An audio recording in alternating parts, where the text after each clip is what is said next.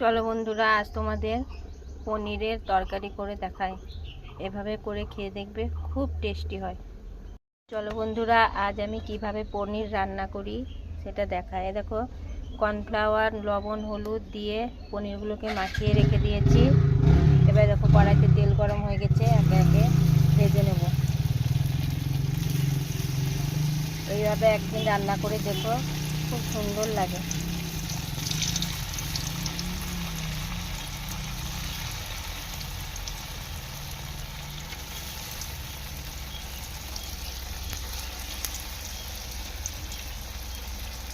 দেখো, সবগুলো ভাজা হয়ে গেছে, লাল লাল করে ভেজে নিলাম। এবার তুলে নেব।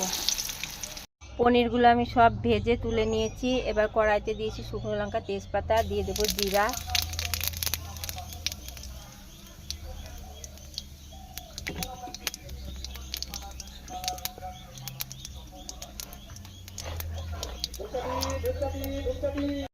দিয়ে আলুগুলো লাল লাল করে ভেজে নেব।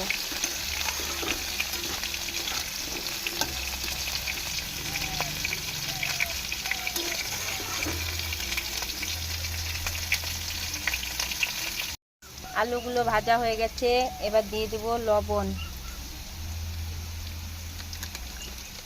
দিয়ে দেবো হলুদ। লবণ হলুদ দিয়ে ভালো করে ভেজে নেবো আলুগুলো আরেকটু। তারপর দেবো মশলা।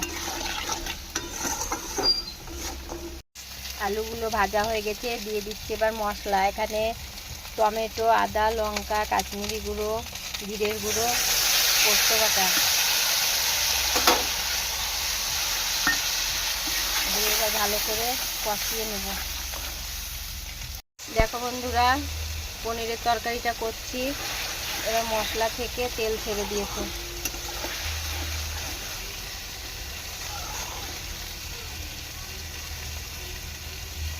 আর একটু কষিয়ে জল দিয়ে দেবো আমি।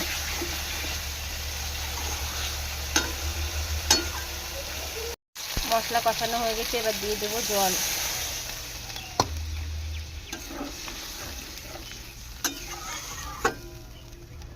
জলটা ফুটে উঠেছে, এবার দিয়ে দেবো ভেজে রাখা পনিরগুলো। সব দিয়ে দেবো। এবার নেড়ে দেবো। এবার টকবক করে ফুটে উঠবে, ততক্ষণ ঢাকা দিয়ে দেবো। গেছে, দিয়ে দেবো গরম মশলা। এবার দিয়ে দেব আমার বাড়িতে বানানো সামান্য ভাজা মশলা, জিরের গুঁড়ো। এবার নামিয়ে নেব। কমপ্লিট হয়ে গেছে পনিরের তরকারি। দেখো বন্ধুরা, নামিয়ে নিলাম। পনিরের তরকারিটা কেমন হয়েছে কমেন্টে জানিও। ভালো লাগলে তোমরা একদিন বাড়িতে বানিয়ে খেও, দিয়ে কমেন্ট করো কেমন হলো। ধন্যবাদ।